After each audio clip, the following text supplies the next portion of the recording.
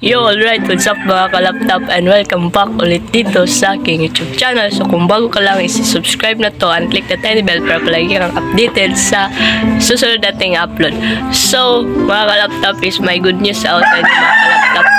So madali ang vlog lang to mga ka-laptop kasi yung sasabi ko sa inyo, yung last vlog natin na pinapakita ko sa inyo na nag-breed ako ng goldfish mga ka-laptop is successful yun, diba? So sinabi ko sa inyo successful yun.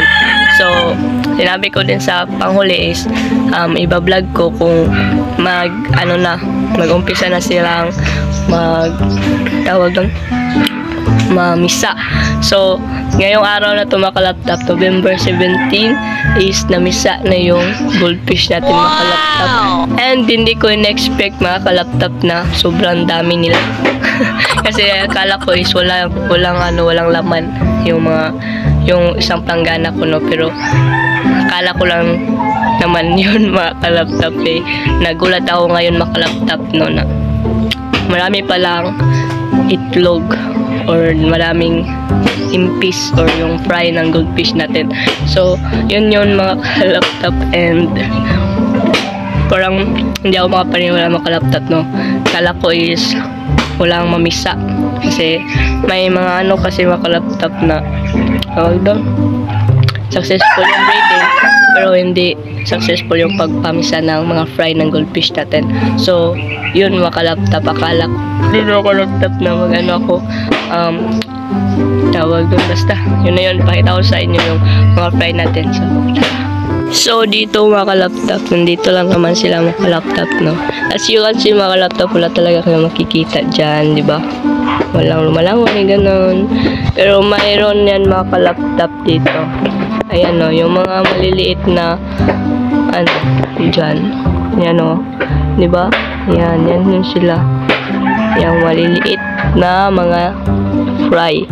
So madami yan sila mga ka-laptop. Ayan, no. Kala ko nung una mga ka-laptop is parang hornwort lang siya, no? Pero hindi pala, fry pala siya ng mga goldfish natin.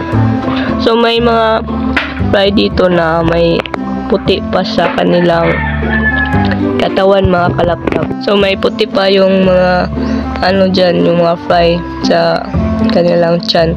So yun yung sign na pwede pa silang hindi pakainin mga ka-laptop. Pero yung iba dito kasi mga ka-laptop, ayan, no, yung mga lumalangoy dyan, ayan, wala na ang puti. So parang naghahanap na sila ng pagkain nila mga ka-laptop.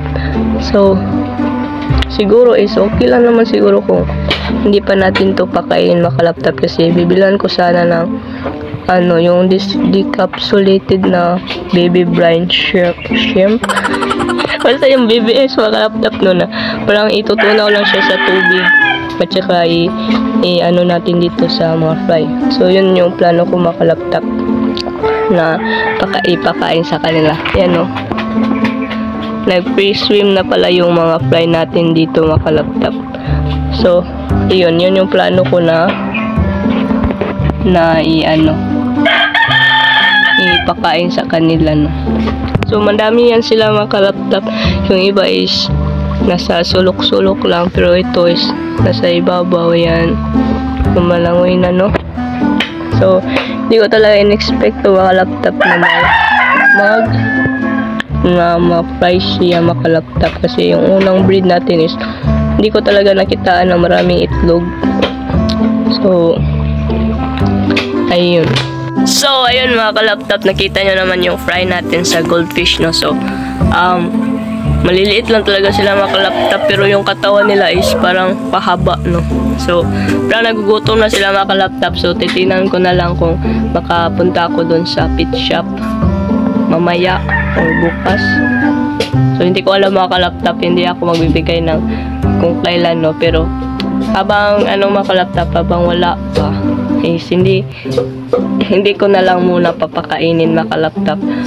May mga makakain pa naman sila dyan sa planggana mga ka-laptop, pero mas maganda talaga pag ganyan na, pre-swim na, is pakainin na ng mga BBS or dapnya.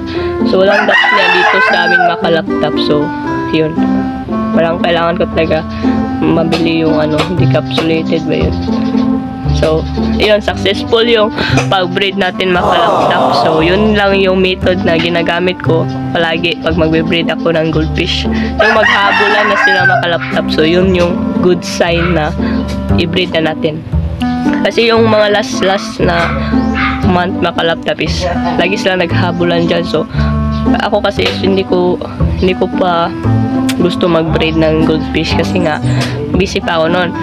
Pero yun na nga, mas maganda talaga yung maraming naghabulan sa mga female na goldfish para madami din yung egg. So, yung last itong Lunes is nag-breed ako. So, yun lang yung na-produce ng goldfish natin. So, maganda na din yun makalaptap kasi paiba-iba kasi yung pag-produce ng goldfish natin. Yung iba is marami, yung naman is medyo lang. So, okay na yun makalaptop. Hindi ko pa alam kung marami pa pala kung marami pa sila dyan. Pero yun na nga. Yun yung ipakain natin yung BBS. So, sana is makabili tayo ng BBS makalaptop. And, syempre, vlog ko din yun makalaptop para ma-update kayo. So, ito na yung update makalaptop, no? So, salamat pala sa panonood makalaptop. And sana is may natutunan kayo dito sa video na to. So, yun. Don't forget to like, share, comment, and subscribe to my channel and click the tiny bell para palagi ka updated sa susunod nating i-upload. So, yun lang makalaptop and see you in the next vlog. Bye! Peace out!